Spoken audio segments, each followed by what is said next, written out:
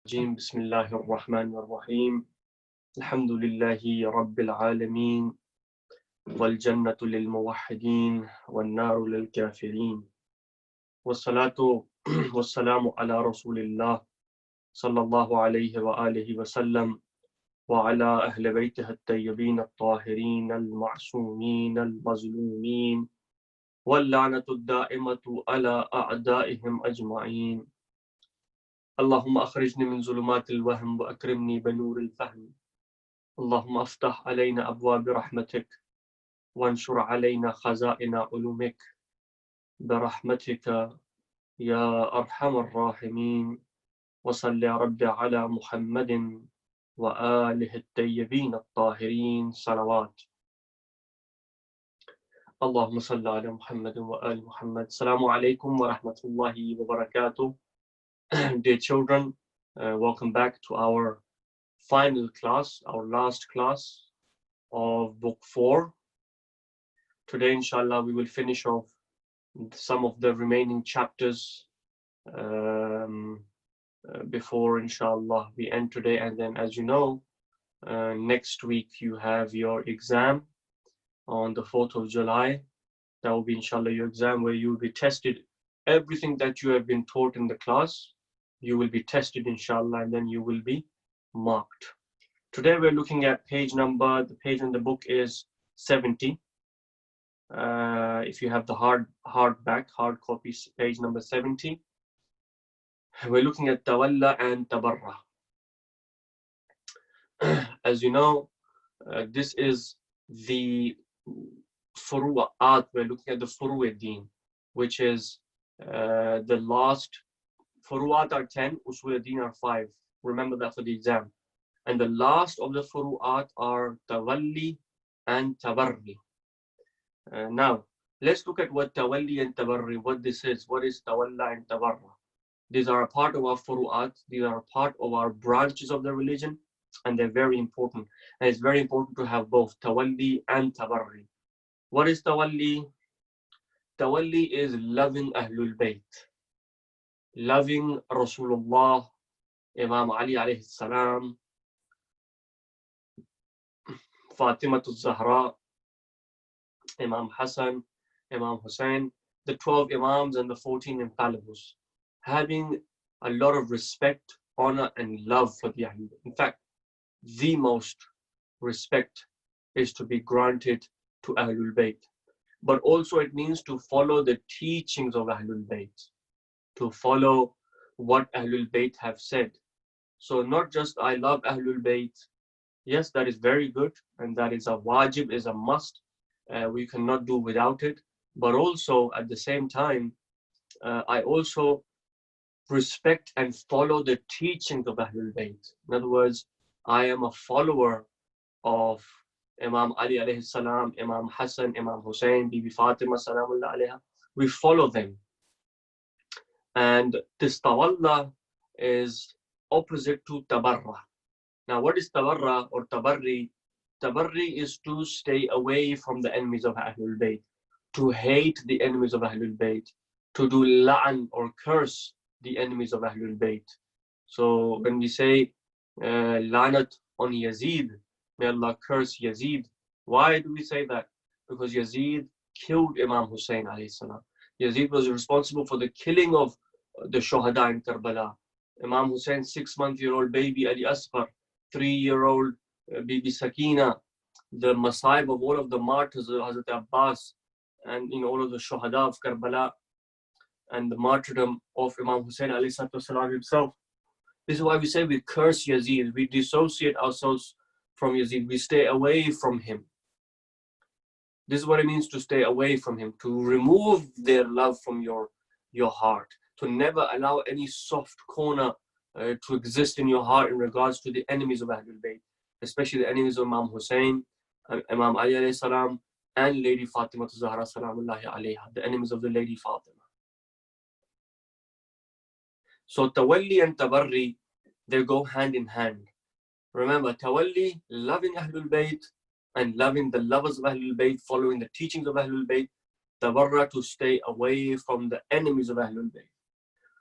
and also to dissociate yourselves with those who love the enemies of Ahlul Bayt. Now, there's a beautiful tradition here by Hakam ibn Utaybah. Hakam ibn Utaybah said that one day I was sitting with Imam al-Baqir alayhi salatu wassalam, that an old person with a walking stick, he was very old, he had a walking stick. He came to Imam Baqir alayhi salatu wassalam and he says to him, Ya ibn Rasulillah, I have a question for you. I want to sit next to you. Imam alayhi salatu wassalam says, come and sit next to me. He says, Salaamu alaykum wa rahmatullahi wa barakatuh. He says to him, I swear by Allah that I love you and all those who love you. In other words, he said, I love Imam al-Baqir alayhi salam, and I also love those that love you. In other words, not only do I love you, but I also love your Shia, your lovers. I'm always waiting to obey your commands. May I be sacrificed for you? I have a question. And he says, is there any hope for me to enter Jannah? Can I enter Jannah? How can I? In other words, his question was, if you simplify it, is how can I enter Jannah? Who doesn't want to go to paradise? We all want to go to paradise. Now, let's say what Imam alayhi salatu wasalam has to say. Imam alayhi salatu wasalam says, come closer. He comes closer. And he says, let me tell you a story. He says, one day a man came to my father, Imam al-Sajjad. Who's that? Imam Sajjad Zain al-Abidin Bimar Karbala. The Imam alayhi salatu wasalam who was so ill in Karbala that he could not even stand and hence he could not fight. And someone asked Imam Sajjad the same question and he said to him, if you die with the love of Ahlul Bayt in your heart, and if you die with the hate of the enemies of Ahlul Bayt in your heart, Allah will welcome you into the highest levels of Jannah. He became surprised and shocked. And he says to him, Ya Imam al-Baqir, what did you say? Imam repeats himself. If you have tawalla and tabarra in your life, you will enter the highest levels of Jannah. Allahu Akbar. These are the words of the Imam. And finally, when he heard this, he began to cry. He had tears, he burst into tears, he started to shed tears. He kissed the Imam on his cheeks, he kissed the hands of the Imams, and then he wiped his Imam's hands on his eyes, his face, and his heart. And then he says, I ask your permission to leave, and he leaves. But then Imam ﷺ says something strange. He says to his companions, for all of you that want to see Imam ﷺ says to his companions, if you want to see a person of paradise, a person of Jannah, look towards this man. Look towards this man. He is a person who will definitely enter Jannah. This is a hadith from Usul Kafi. Okay, let's go to the next page. Worksheet 7.3. Question number 1. Let's see if we can try to tackle some of them. So if we can have just for 1 minute, disable the chat for 1 minute so everyone can answer this. Let's look at 1 or 2 questions, not too many. Okay, number 1. Tawalli means A. Love the Ahlul Bayt and follow their teachings. B. Hate the Ahlul Bayt. God forbid. C. Stay away from the enemies of Ahlul Bayt. D. Struggle in the way of Allah subhanahu wa ta'ala. What does tawalli mean? Let's see if you guys can try to work this out.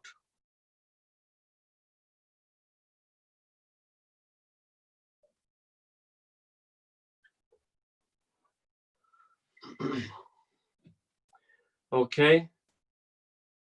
Yes, well done to those who got A. Tawalli means love the Ahlul Bayt and follow their teachings. Let's look at number 4. Last one, number 4, and then we move on.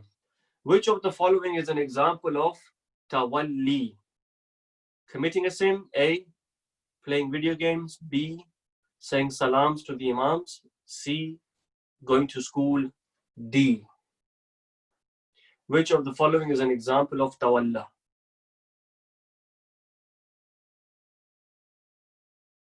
Okay. Whoever got C, it is correct. Answer C is correct. Saying salams to the Ahlul Bayt. We should always give salams to Imam Hussein. We should always give salams to our 12th Imam. Every morning, make it a habit. When you wake up, say Assalamu alaikum, Ya Imam al-Mahdi alayhi salatu wassalam. Ya Imam Mahdi. Assalamu alayka, Ya Imam Mahdi. Say salams to your Mawla. This is tawalla. Okay, next section, hijab. Hijab literally means to veil or cover or shelter.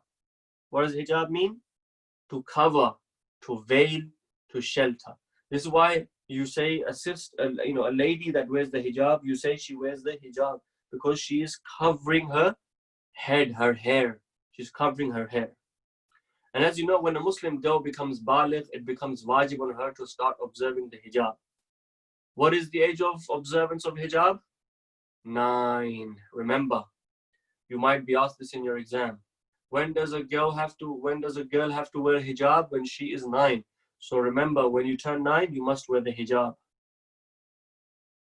Now, living in the West, it might be hard. You might say, well, why should I wear hijab? No one in school wears hijab. Why is it me? It's very difficult. People will look at me and they will say, why do you wear that thing on your head? Sometimes people are naughty. Sometimes they make jokes. Sometimes they want to taunt. Unfortunately. However, we must remember that wearing hijab is something that Allah wants. This is something we do for Allah. And if you do something for Allah, Allah will be your guardian. Allah will protect you. Allah will look after you. He will take care of you.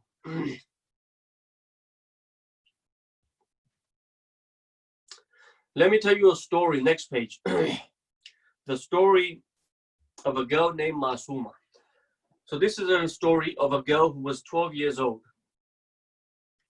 She says, when I was 9, I began to wear the hijab, but I was scared. It was difficult because I was scared and shy of my friends. What would they say? What is she wearing on her head? And maybe I would lose friends. But then she says, I remember that Allah says, if you take 1 step towards me, Allah will take 10 steps towards you. This is Hadith Qudsi. If you take 1 step towards me, Allah subhanahu wa ta'ala will take 10 steps towards you. And so I got strength. I got power. And she said, the first day I wore the hijab was a day when my class was going to a trip in the park. It was a very hot day. Wearing the hijab was very difficult because I was not used to it. I was scared I was going to faint. But she said, I knew these were excuses. These are excuses. A lot of people make excuses. I don't want to wear hijab for this excuse, that excuse. I don't want to pray namaz. I'm tired, this and that. These are all excuses. She says, I wore the hijab and I shyly walked into the park. And I felt as if everyone is staring at me. Excuse me. And then she says, as I walked in the playground, I prayed to Allah, oh Allah, everyone is looking at me. It's my first day wearing the hijab. I feel so shy and I feel so scared. I feel alone and vulnerable and weak. She says, as soon as I made a dua, I heard a thunder. Clouds gathered and it began to rain. It began to pour. Everything was closed. The rides, the roller coasters, everything was shut. Everyone started running to find shade to run out of it. They started running wherever they could find shade, wherever they could hide away from the rain, and so they would not get drenched. She says, I could not believe my eyes. I just stood there and watched. And she says, one of the students ran by me and he said, you're so lucky you're not getting wet because you have that thing on your head. You are so lucky. And she said, that made me smile. And I said, yes, I am lucky. Because Allah sent this rain down for me. I made a dua and Allah subhanahu wa ta'ala listened to my dua. Subhanallah. Allah, how merciful Allah subhanahu wa ta'ala is. Remember, Allah subhanahu wa ta'ala loves us the equivalent of 70 mothers. And so boys, those who are, not boys, sometimes we don't appreciate how hard it is for girls. Remember, girls are your sisters in Islam. as they take this courageous step, remember to support them. We must support our sisters. If you see someone who is, troubling your Muslim sister for hijab, you have to support them and help them. Okay, next, taqleed. This is the last one, and then inshallah we will end. We have completed inshallah after this. Number 9 is taqleed. Now, taqleed, qallada yuqallidu, taqleed is to follow someone. It literally means to follow someone. This is why marja taqleed, the marja of taqleed, is someone you refer back to, because marja comes from the word ruju, which means to refer back, to turn back. So who do you refer back to? The marja of taqleed. You see, in all aspects of life, we do taqleed. I'm sure many of you have heard the word taqleed. Maybe some of you have not heard the word taqleed. But it just simply means to follow, to take advice, to refer to an expert of his field. So for example, if you're sick, who do you refer to? You do the taqleed of your doctor. You go to your doctor and he prescribes you medicine and you follow his advice. He says to you, don't eat this, don't eat that, eat this and eat that. But he never, you never disobey him, or you don't not listen to him, because you know he is an expert of his field and you do his taqleed. You and I, we follow him. Because if we don't follow him, we may well, chances are we'll make the wrong decision what medicine to take. We may even harm ourselves if we take the wrong medicine with the wrong dosage.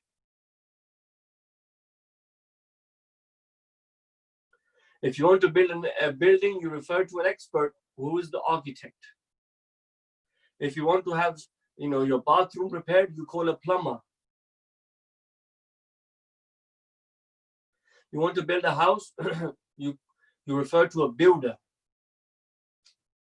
In the same way, when we want to have any answer, when we want to have answers to Islamic questions, what do? We refer to the mujtahid. The mujtahid, he is the Islamic expert. And hence we do taqleed of the mujtahid. For example, who knows names of a mujtahid? Ayatollah Sistani, he is a mujtahid in Iraq, very, very prominent. Or Ayatollah Hafiz Bashir Najafi. Ayatollah Hafiz Bashir Najafi. Ayatollah Al-Hakim. These are our ulama, these are our mujtahideen in Najaf. When we want to refer to someone, we do the taqleed. Because they are experts, they have spent their whole lives studying.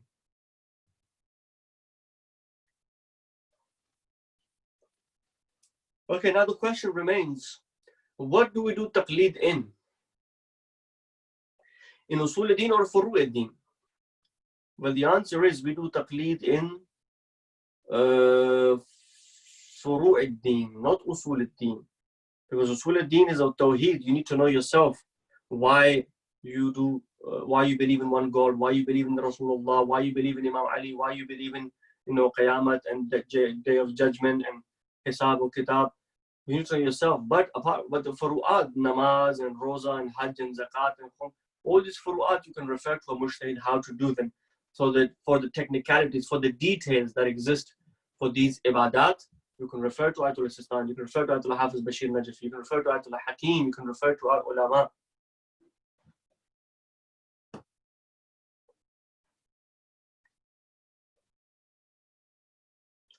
So, 2 words to remember. Mujtahid, the last 2 words, and then we end. Mujtahid, as it says there, and you can see, an expert in Islamic laws. Muqallid, you are called a muqallid when you do taqleed. So muqallid is someone who does taqleed. For example, I am a muqallid of Ayatollah Sistani. I'm a muqallid of Ayatollah Hafiz Bashir. I'm a muqallid of Ayatollah Khamenei. Because muqallid means someone who follows, and mujtahid is taqleed. So I do taqleed of, you can write in there whose taqleed you do. Taqleed is wajib when you become baligh. So 14 for boys and 9 for girls. Okay, so this finishes our book. Apart from the history section, we have completed the usul, we have completed the first 2 parts, which are the fiqh and the beliefs, the aqaid. So inshallah, next week is your exam. Prepare well. You have to revise everything up to here. You don't have to revise history. You will not be asked about history, but you will be you have to revise part 1 of aqaid, which is chapter 1, the tree of Islam. And then chapter 2, a closer look at the usul al-din. And then chapter 3, Asma'ul Husna, of Allah, the names of Allah subhanahu wa ta'ala. For example, we looked at Al-Latif, Al-Hakim, Al-Razik, and then you have to revise Adala, justice of Allah, Nabuwa, prophethood of Rasulullah, Imama, Imamat of the Imams, the concept of sin, and then you have to revise all of part 2 as well, because you will be asked questions from there. It will be multiple choice questions, so you will be asked questions and then you have to choose the right answer. Chapter 1 for part 2 of fiqh. Remember, we looked at namaz, we looked at azan, we looked at aqama, we looked at wudu. If you remember, I showed you how to do wudu, and we looked at the timings of salah. We looked at Ramadan, and we looked at Hajj. So inshallah, try to go over the main points. My videos are, I think the videos are uploaded online. Try to go through some of those videos as well. If you want to read the book, you can read the book. If you don't want to read the book, you can read through the you can look through the videos again. You can put them at a faster speed so you can listen to them again. But everything that I have said, inshallah, it will come from there. You will not have anything from outside. And don't worry about it. It's not going to be too hard. As long as you know the main things, as long as you know the main, and you understand the main concept of each topic, inshallah, you will be okay. And because it's multiple choice, so you will have, you will be able to, inshallah, pick out the right from the wrong answer. But anyway, you have to work hard. It's not, obviously, it's not easy. But this is like school, you know, you have to work hard. Nothing is easy. And this is something that requires a lot of attention, because this is our Islam. This is our belief. So if you work hard in school, then you have to work hard. And then anyway, we have been home for a long time. A lot of us are still not going to school. So you have a lot of time. You have until next week. Divide your time, get your parents to help you. And inshallah, I wish you all the best. You're all in my du'as. May Allah subhanahu wa ta'ala bless you all. This will be my last class. I will not be in teaching after this. Keep me in your du'as, inshallah. I hope you liked it. I apologize if I made any mistakes. Allah subhanahu wa ta'ala bless each and every one of you, inshallah. And I hope that, inshallah, you all pass. Don't stress. Inshallah, the exam paper will not be difficult. Imam Zamana Mawla is with you, inshallah. Just work hard. Look over your notes once more. Look over the main concepts of the book. Inshallah, inshallah, I'm making dua for you. You will all succeed. Keep me in your duas, inshallah. And thank you for bearing with me, inshallah. Khuda Hafiz, iltamas dua. Khuda Hafiz.